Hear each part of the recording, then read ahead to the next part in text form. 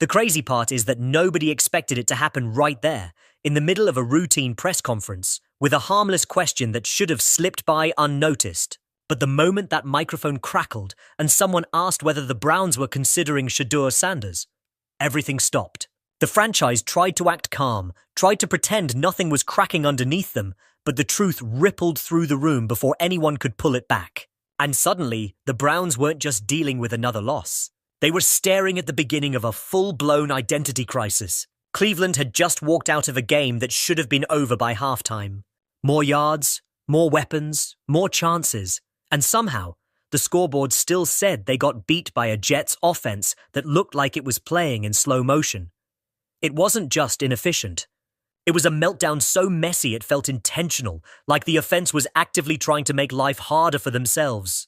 Fans watched the defense tear through New York like they were stuck in a demolition derby, only for the offense to respond by moving like a broken elevator with one button: down.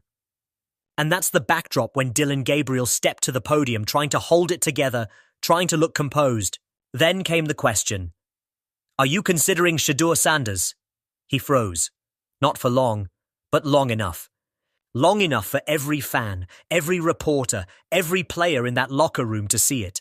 The doubt, the tension, the fear of the moment finally catching up to him. Stefanski stepped in with a canned answer about development and timelines, but it didn't matter. The damage was already done. One question turned into an avalanche of everything Cleveland had been whispering about for weeks. Inside the locker room, those whispers were already loud. You could feel it in the way players exchanged glances after another wasted defensive performance. You could feel it in the frustration Myles Garrett carried after wrecking an entire offensive line, only to watch his own offense treat his effort like it was optional. Veterans know when the quarterback isn't elevating the team. Young guys know when the offense is stuck in neutral. Nobody has to say it out loud. They all feel it. And that loss to the Jets lit the fuse everywhere else. Fans weren't whispering, they went nuclear. Social media exploded. Talk shows shredded every excuse the staff tried to lean on. Analysts broke down Dillon's film like it was a cautionary tale.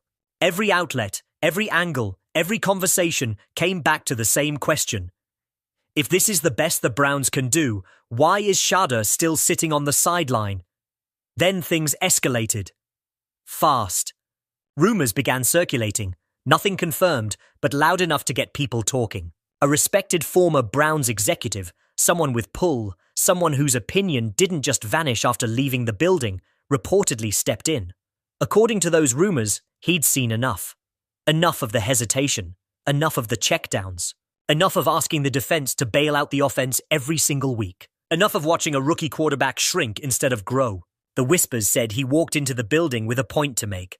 Not politely, not gently. He pulled up tape, Shadour's Colorado clips, rapid fire, evading chaos, firing darts, keeping plays alive behind an offensive line held together with duct tape. Then he allegedly switched to Dillon's tape, and the contrast was brutal. One looked like a quarterback built for big moments, the other looked overwhelmed by the basics. And that's when the real divide inside Cleveland started to show. Stefanski and the owner? Rumors say they're locked together, insisting everything is fine, insisting Dillon's development is part of the plan. Andrew Berry? The whispers claim he sees the writing on the wall. He sees a roster with talent wasting away behind a quarterback scared to push the ball. He sees a future where Shadour isn't just an option, he's the engine. And fans caught on to something even stranger. Stefanski wouldn't even say Shadour's name. Reporters would ask directly, and he'd dance around it like the name itself was radioactive. But players don't care about politics. They care about wins. They care about momentum. They care about walking into a huddle and believing the next play has a chance. And that's where the difference